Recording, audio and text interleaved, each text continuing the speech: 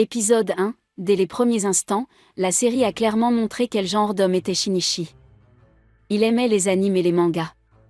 Cela se voyait car il avait une énorme collection des deux sur ses étagères. De plus, il avait une énorme collection de figurines à l'allure cool. Le test de 200 questions sur les animes et les mangas en était un autre exemple. Il a cartonné. Il a répondu correctement à chaque question. Shinichi était le parfait otaku.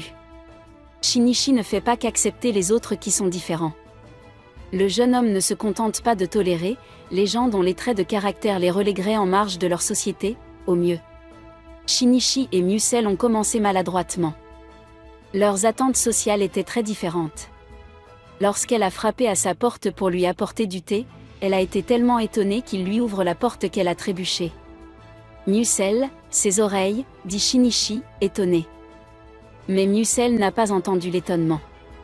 Elle a entendu la condamnation. Toute sa vie, elle avait été maltraitée à cause de son héritage. Elle a commencé à s'excuser sur tous les tons, allant même jusqu'à dire qu'elle n'avait jamais eu l'intention de le tromper. Elle s'attendait à être battue ou pire. Il lui a demandé si elle était une elfe, et elle a répondu avec hésitation qu'elle était mi-elfe et mi-humaine. « Tu es demi-elfe » a-t-il presque crié. Elle a reculé dans l'attente de la violence. Elle ne s'attendait pas à ce qu'il ajoute « c'est génial ». Loin d'avoir des préjugés à son égard pour son héritage, il était ravi. Il vivait le rêve de l'otaku en rencontrant quelqu'un comme elle. Épisode 2, Shinichi a grandi dans le Japon moderne. Mais ce monde était différent. Comme sur la plupart de notre planète, il y a des vestiges de structures de classe. Certaines personnes regardent les autres de haut. Il y a même une violence institutionnalisée contre certaines classes. Mais en dehors de ces cercles d'incivilité, tout le monde s'accorde à dire que faire du mal aux gens à cause de leur classe sociale n'est pas seulement impoli. C'est mal. Shinichi s'est senti mal quand il a appris que Musel Folland devait étudier le soir parce que ses devoirs de la journée la tenaient trop occupée. Mais il a semblé l'accepter. Il était encore plus inquiet lorsqu'il a appris que beaucoup de jeunes gens qui seraient un public naturel pour les animes et les mangas n'avaient non seulement pas le temps de jouer. Ils ne savaient pas lire, et en plus, ils étaient occupés par leur entraînement militaire. Il aurait pu mettre cela de côté, mais il ne pouvait pas ignorer sa rencontre avec Brooke. Shinichi a erré dans une pièce sombre. Deux énormes yeux rouges l'ont terrifié. Il a donné des coups de poing de peur et s'est méchamment écorché les poings sur les écailles de Brooke. Shinichi a essayé de s'excuser, quand Brooke lui a tendu un club. « Si tu veux me battre, utilise ceci », a dit Brooke. Musel se trouvait à proximité, et au choc de Shinichi, elle a dit « Mais c'est normal que les nobles battent leurs serviteurs ». Ces rencontres ont laissé Shinichi ébranlé. Il s'est souvenu qu'il avait demandé à un ami d'enfance de sortir avec lui, mais qu'il avait été repoussé avec dédain. Petralka avait insisté pour qu'il lui fasse la lecture. En tant qu'impératrice, elle voulait comprendre ses mangas avant qu'il ne les présente à ses sujets. Elle avait été un peu jalouse de Musel plutôt parce que Shinichi accordait plus d'attention à la bonne qu'à l'impératrice. Maintenant, il lisait des mangas à une Petralka très attentive depuis des heures lorsque Musel a frappé à la porte pour apporter du thé et des collations. Shinichi a gentiment insisté sur le fait qu'il aimerait faire une pause. Petralka a interprété cela comme s'il prenait le parti de la bonne, alors Petralka s'est déchargée sur le pauvre demi-elfe. La chose la plus gentille qu'elle ait dite est « Comment pourrais-je boire du thé fait par un demi-elfe ?» Puis elle a ajouté quelque chose à propos des marécages avant de ramasser un petit pain et de retirer son bras, pour le lancer sur Musel. Le contrôle de Shinichi se brisa. Le jeune homme de la terre saisit le bras de l'impératrice pour l'empêcher de lancer. Pendant un instant, son expression s'est transformée en fureur. Il pouvait à peine prononcer son nom. Il y avait tellement de venin dans sa voix que même l'impératrice a hésité. Il a rapidement réalisé ce qu'il avait fait et a lâché prise. Shinichi ne s'est pas excusé. Le jeune homme s'est expliqué. Épisode 3, il n'y a pas encore d'école, alors Petralka a permis à Shinichi d'installer une classe dans son manoir. Les seuls élèves étaient des enfants de la noblesse. Shinichi semblait aimer leur lire des mangas, et il semblait aimer les écouter. Mais en arrière-plan, on pouvait voir Koganuma appuyée contre la porte, les bras croisés. Elle n'avait pas l'air heureuse. Après la classe, elle l'a pris à part.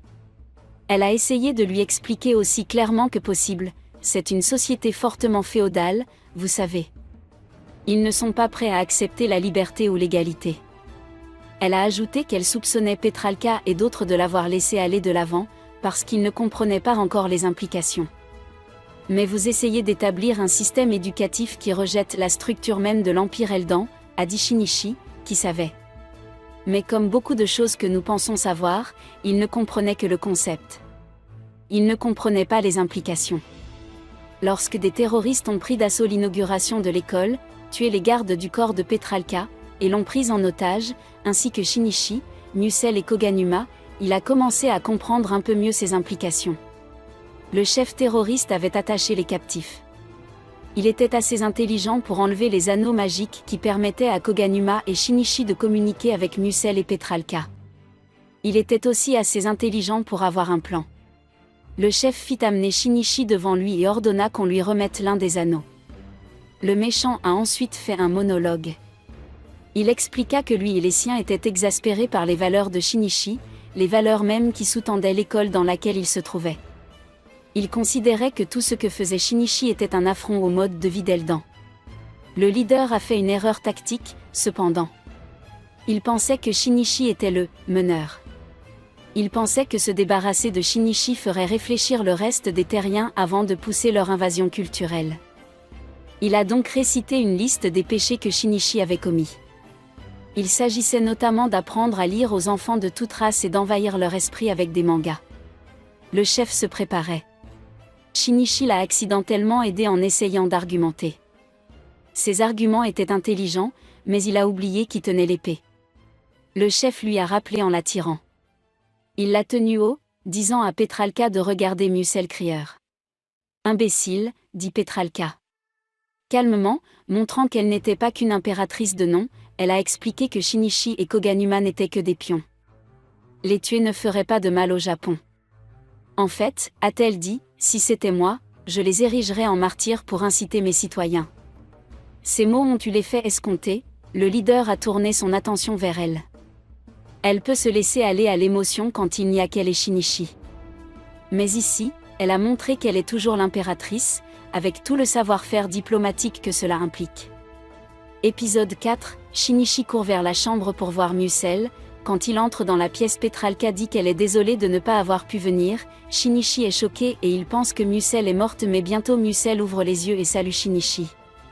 Shinichi regarde vers Petralka, qui tenait un poisson mort dans sa main et le pleurait. Shinichi réalise qu'elle parlait de son poisson de compagnie Elisabeth. Shinichi quitte la pièce et tombe sur Matoba, qui lui dit d'être prudent à l'avenir car ces terroristes pourraient attaquer à nouveau. Shinichi lui demande s'il le considère tout comme un envahisseur, mais Matoba lui répond que si Shinichi pense qu'il est l'envahisseur, il le sera, mais s'il ne le pense pas, tout ira bien. Il dit à Shinichi de se concentrer sur la diffusion de la culture otaku et de ne pas se soucier d'autre chose. Le lendemain, Shinichi se rend à l'école, où il est présenté à sa classe, composée de nombreuses espèces comme les elfes, les nains et les humains. Toutes ces espèces se détestent et commencent à se disputer, mais la Minori les arrête et présente Shinichi comme leur nouveau professeur et le directeur de l'école.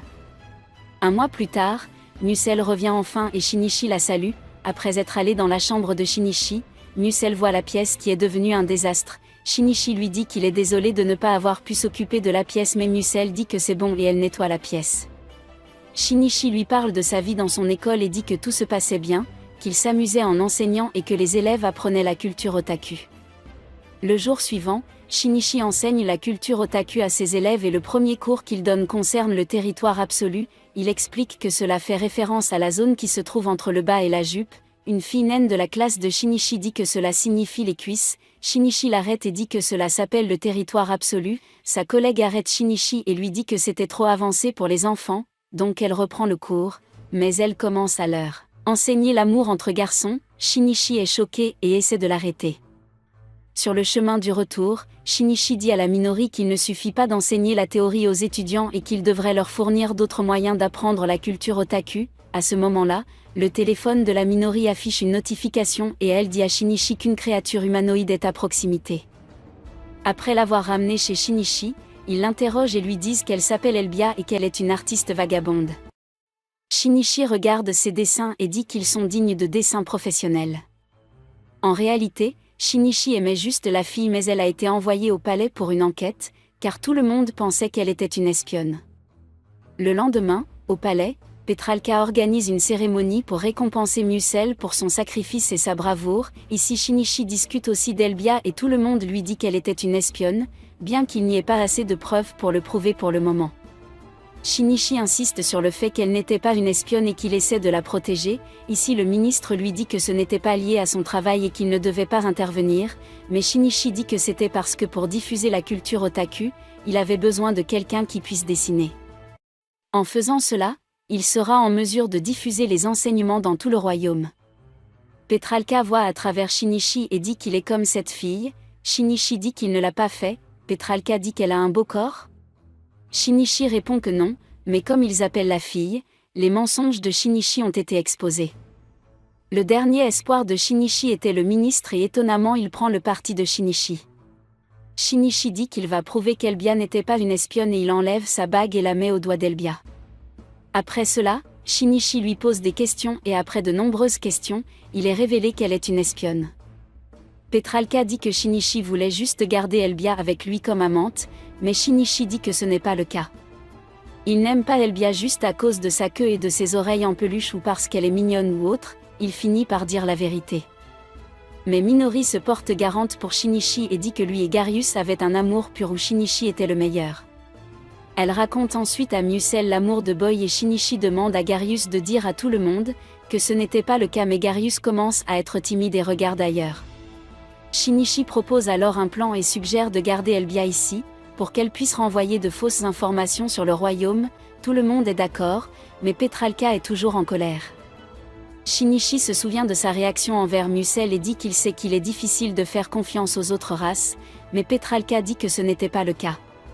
Elle dit que c'est juste que Shinichi était toujours entouré d'autres femmes. Elle autorise Shinichi à prendre Elbia. Shinichi va voir Elbia qui lui demande si elle va être exécutée, mais Shinichi répond que non. Il lui dit qu'à partir d'aujourd'hui, tu vas travailler pour moi en tant qu'artiste. N'oubliez pas de vous abonner et d'activer les notifications pour pouvoir regarder d'autres vidéos comme celle-ci. Merci d'avoir regardé.